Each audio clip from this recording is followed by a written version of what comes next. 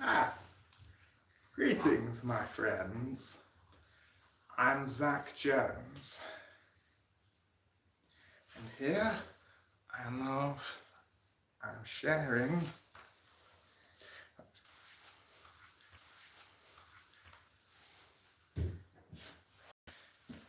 that I've got a sort of realistic fire going on in the background, and I will be reading Le Morte d'Arthur. Well, I have to forgive the noise upstairs. I do live with other people. Right. Now, I did read some of this book before, and for that you'll have to check out my videos on it. Anyway, I'm going to read from left off. Chapter 4 of the Death of Uther Pendragon. Then within 2 years, King Uther fell sick of a great malady, and in the meanwhile his enemies usurped upon him, and did a great battle upon his men, and slew many of his people. Sir, said Merlin, ye may not lie so as ye do, for ye mustered to the field of though ye ride on an horse there, on an horse litter, for ye shall never have the better of your enemies, but if your person be there, and then shall ye have the victory. You'll have to forgive me, Yoko. This is like Old English writing, so... And also I'm slightly dyslexic. Yeah.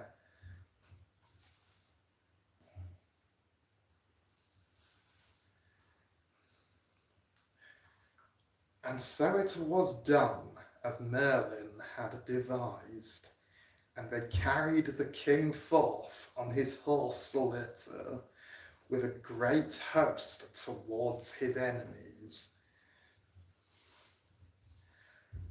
And at St. Albans there met with the king a great host of the north.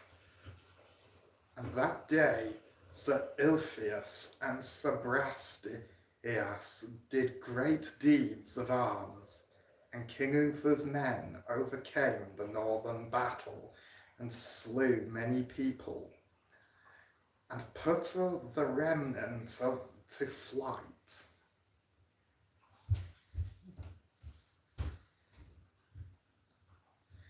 And then the king returned unto London, and made great joy of his victory. And then he fell passing sore sick, so that 3 days and 3 nights he was speechless. Wherefore all the barons made great sorrow, and asked Merlin what counsel were best.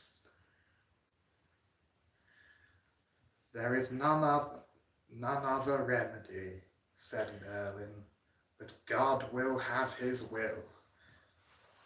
But look ye all barons be before King Uther to morn, and God and I shall make him speak.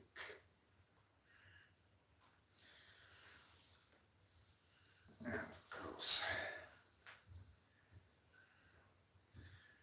So on the morn all the barons with Merlin came to fore the king. Then Merlin said aloud unto King Uther, Sir, shall your son Arthur be king after your days of this realm with all of the appurtenances? Then Uther Pendragon turned him and said in hearing of them all, I give him God's blessing and mine, and bid him pray for my soul, and righteously and worshipfully that he claim the crown upon what he forfeited of my blessing, and therewith he yielded up the ghost, and then he inherited as longed to be king.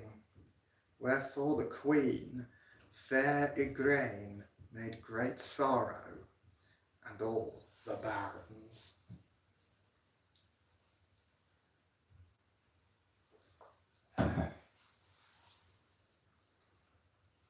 Chapter 5.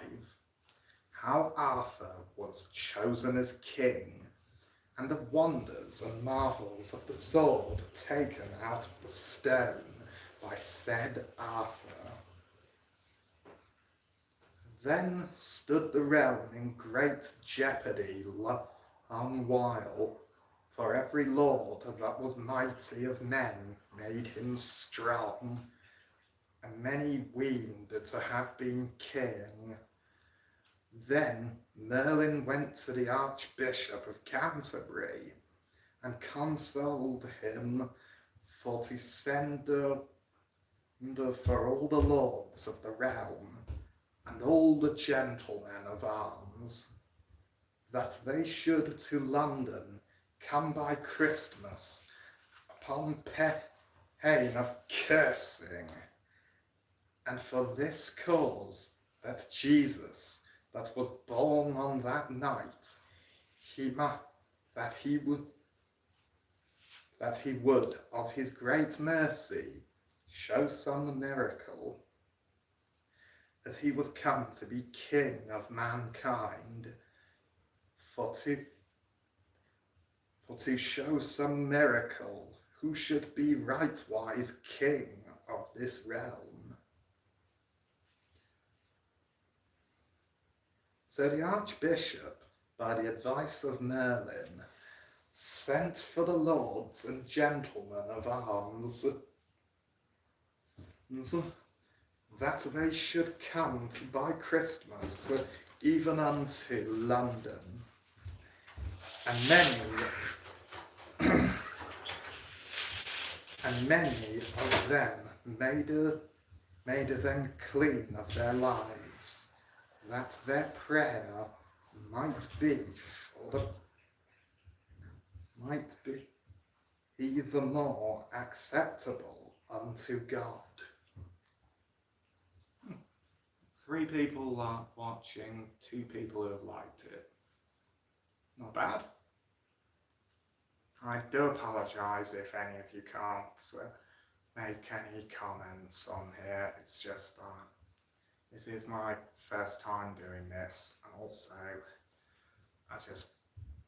right now I just want to have people watching me read right now without making any comments about my hair colour or anything like that. But anyway, back to the story. So in the greatest church of London, whether it were Paul's or not, the French book maketh no mention, all the estates were long all day in the church for to pray. And when matins and the first mass was done, there was seen in the churchyard against the high altar a great stone, 4 square, like unto a marble stone, and in midst thereof was like an anvil of steel, a foot on high, and therein stuck a fair sword, naked by the point, and letters were written in gold about the sword, and said thus: Whoso pulleth this sword out of this sword from this stone and anvil is rightwise born king of all England. So it's basically what the Disney movie The Sword in the Stone made.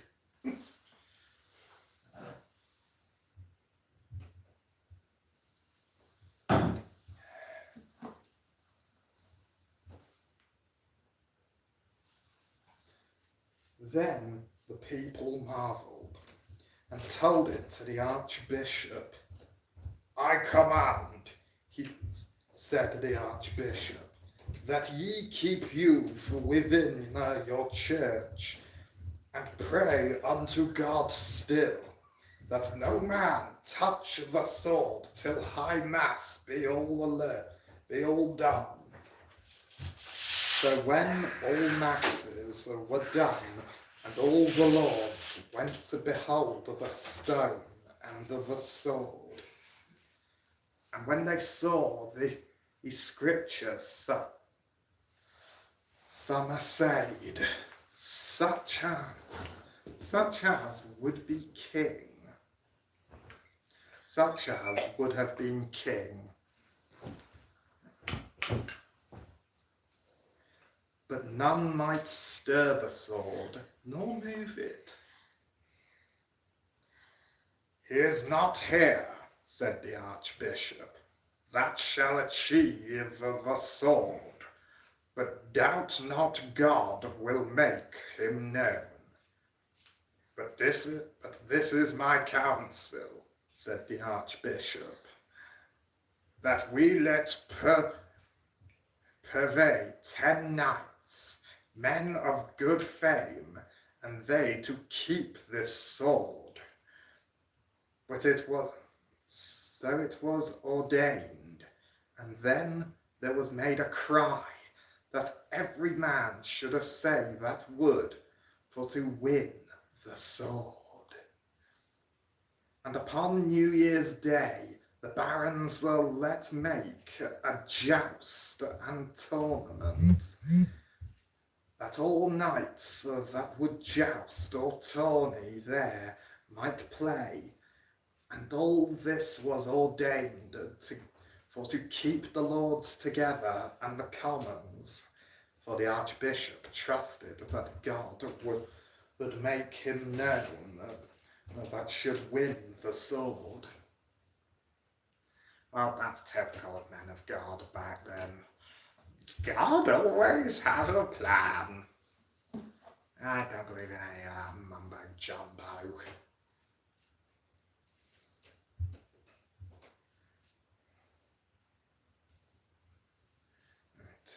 So upon New Year's Day, when the service was done, the barons rode unto the field, some to joust and some to tourney. And so it happened that Sir Ector, that had great livelihood about London, rose unto the jousts, and with him rode Sir Kay, his son, and young Arthur, that was his nourished brother. And Sir Kay was made a knight at All Hallows Mass afore. So as they rode to the jousts ward, Sir Kay lost his sword. Whoops! Oh dear. And he had left it at his father's lodging. And so he prayed young Arthur for to ride for his sword. I will well, said Arthur, and rode fast after the sword. And when he came home, the lady and all were out to see the jousting. Then was Arthur wroth, and said to himself, I will ride to the churchyard, and take the sword with me that sticketh in the stone, for my brother Sir Kay shall not be without a sword this day. So when he came to the churchyard, Sir Arthur alighted and tied his horse to the stile, and so he went to the tent and found no knights there, for they were all at the jousting. And so he handled the sword by the handles, and lightly and fiercely pulled it from the stone, and took his horse and rode his way until he came to his brother Sir Kay, and delivered him the sword. And as soon as Sir Kay saw the sword, his wit as well, his wist well it was the sword in the stone, and he rode to his father Sir Ector, and said, "Sir, lo here is the sword in the stone, wherefore I must be king of this land." When Sir Ector beheld the sword, he returned again in and came to the church, and there they aligned all three, and went into the church. And anon and anon he made Sir Kay swear upon the book how he came to the church. And anon he made, sorry, I've already read that bit. "Sir," said Sir Kay, "by my brother Arthur, for he brought it to me. How yet got ye the sword?" said Sir Ector to Arthur. "Sir, I will tell you. When I came home for my brother's sword, I found nobody at home to deliver me his sword, and so I thought my brother Sir Kay should not be swordless. And so I came hither eagerly, and pulled it out of the stone without any pain. Found ye any knights about this sword?" said Sir Ector. "Nay," said Arthur. "Now," said Sir Ector to Arthur, "I understand ye must be king of this land." Wherefore I, said Arthur, "and for what cause?" "Sir," said Ector, "for God will have it so, for there should never man have drawn out this sword, but he that shall be right wise king of this land. Now let me see whether ye can pull the sword here as it was, and pull it out again." "That is no mastery," said Arthur, and so he put it back in the stone, wherewithal Sir Ector essayed to pull the sword, and failed. Well, he's likely going to fail because he's not King Uther's son. So let me tell you, that's one thing they didn't put in the Disney version, The Sword and the Stone, how Arthur came to be, although it's not something you tell the kids.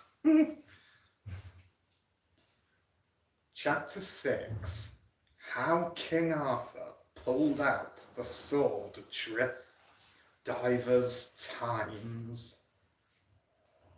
"How say," said Sir Ector unto Sir Kay, and anon he pulled at the sword with all his might, but it would not be.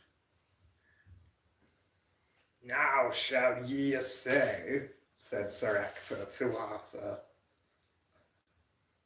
"I will well," said Arthur, and pulled it out easily.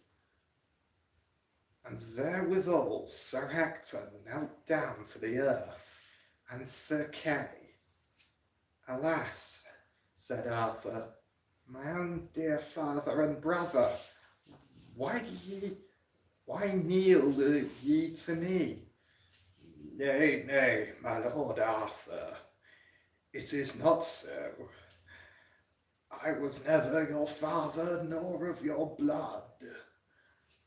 But I'm what well ye are of an higher blood than I weened ye were. And then Sir Ector told him all, how he was betaken him for to nourish him, and by whose commandment, and by Merlin's deliverance. Ah, Merlin, he's such a nice guy, isn't he? Right. When Arthur made great dole when he understood that Sir Ector was not his father. Sir, said Ector unto Arthur, will you be my good and gracious lord when ye are king?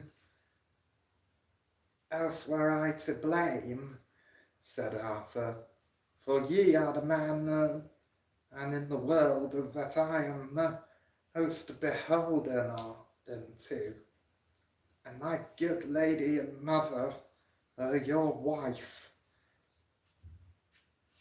that as well as her own hash fostered me and kept. And if ever it be God's will that I be king, as ye say, ye shall desire of me what I may do, and I shall not fail you. God forbid I should fail you. Sir, said Sir Ector, I will ask no more of you, but that ye will make my son, your foster brother, Sir Kay, seneschal of all your lands. That shall be done, said Arthur, and more, by the faith of my body, that never man shall have an office but he, while he and I live. Therewithal they went unto the Archbishop and told him how the sword was achieved, and by whom on the 12th day all the barons came thither, and to assay who take the sword, who that would assay.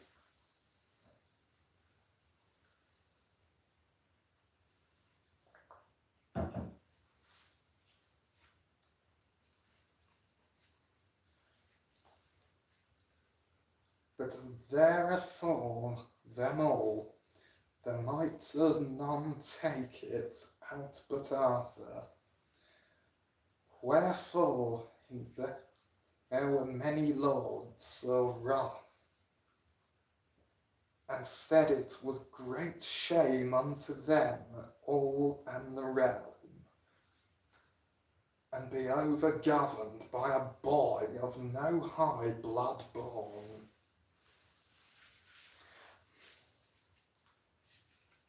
And so they fell out at the time that it was put off till Candlemas, and then all the barons should meet there again.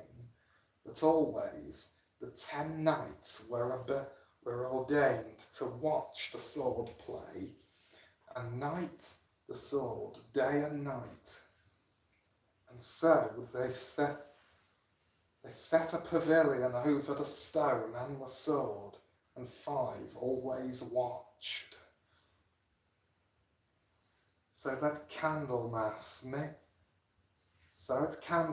many more great lords came came thither for to have won the sword, but the heir might not prevail.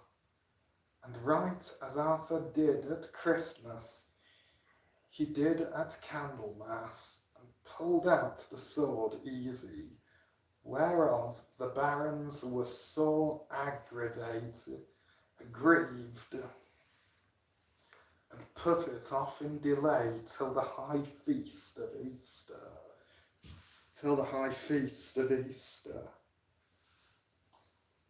And as Arthur sped before, so did he at Easter. Yet there were some of the greater lords that indignation that Arthur should be king, and put it off in a delay till the feast of Pentecost. They just keep putting it off. The more they keep putting it off, then they're just gonna keep ignoring that Arthur is king. Again, people back then were a bunch of superstitious lot, and also fairly pig-headed as well.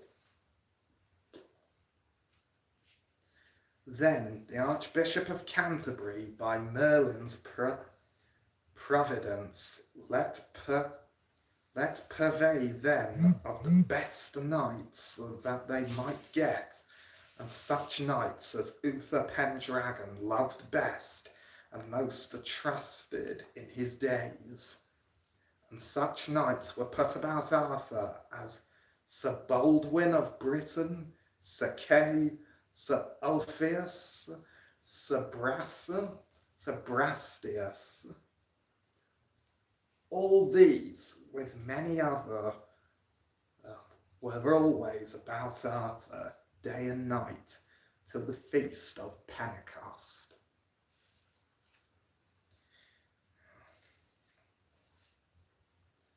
Right. Stop there for a minute, see if I can try and get see if I can just figure something out.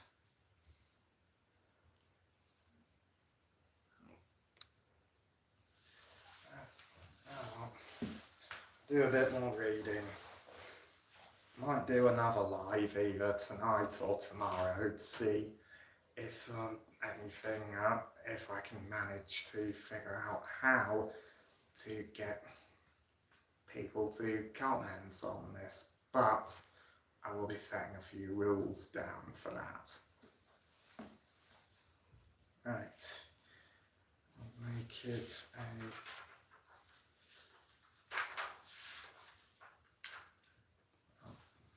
a couple more chapters and then I'll be done.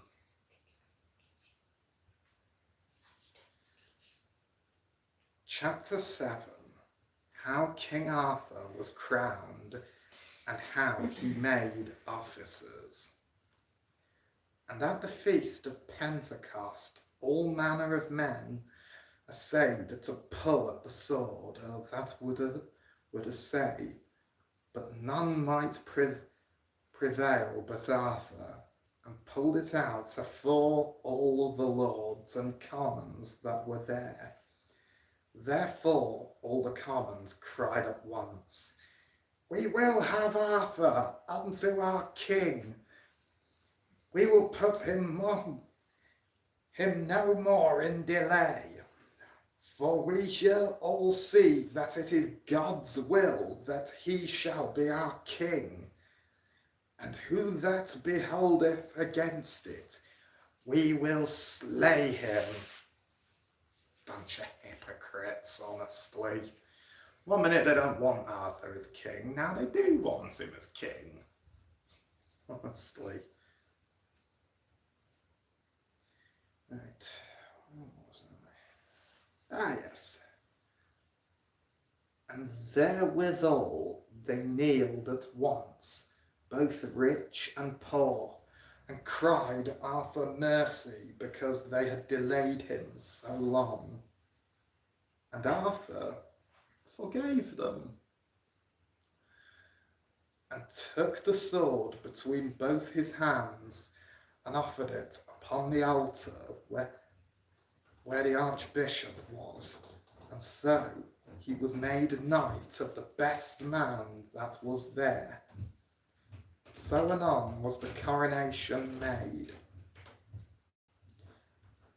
and there was he sworn unto the Lord, his lords and the commons, for to be true king, to stand with true justice from thenceforth of the days of his life. Also then he made all lords that held of the crown to come in, and to do service as they thought would be as they ought to do.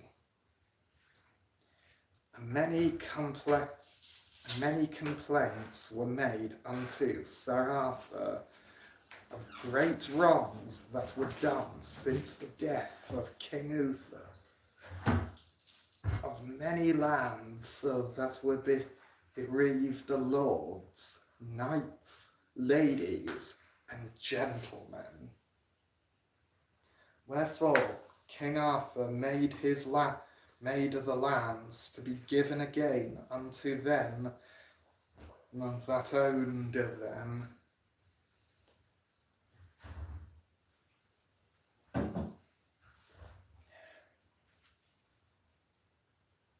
When this was done, that the king had stabilized all the countries about London, then he let make Sir Kay seneschal of England, and Sir Baldwin of Britain was made constable, and Sir Ulfius was made Charlemagne chamberlain, and Sir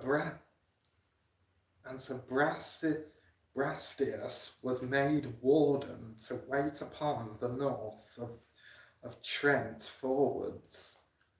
For it was that time the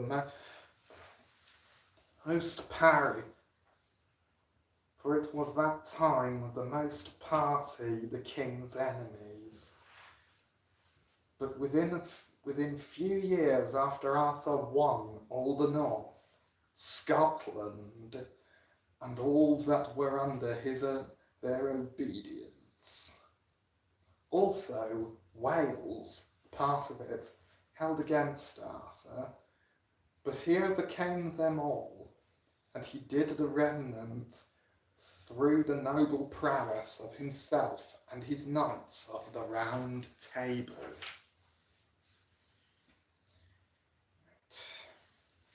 I'll leave it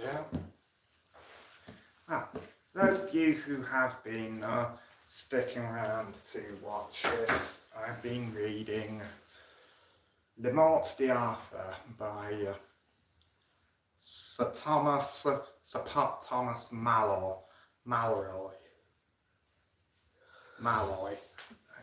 It's a difficult last name to pronounce. It is by far the coolest book I've got in a long time. I mean, it is, for starters, it's leather bound. It's very, very thick. The pages are almost gold, and it's quite heavy as well. But yeah, I hope you've all enjoyed, and if you did, then please check out my other videos. Right. And this was my first live. Right. Bye now.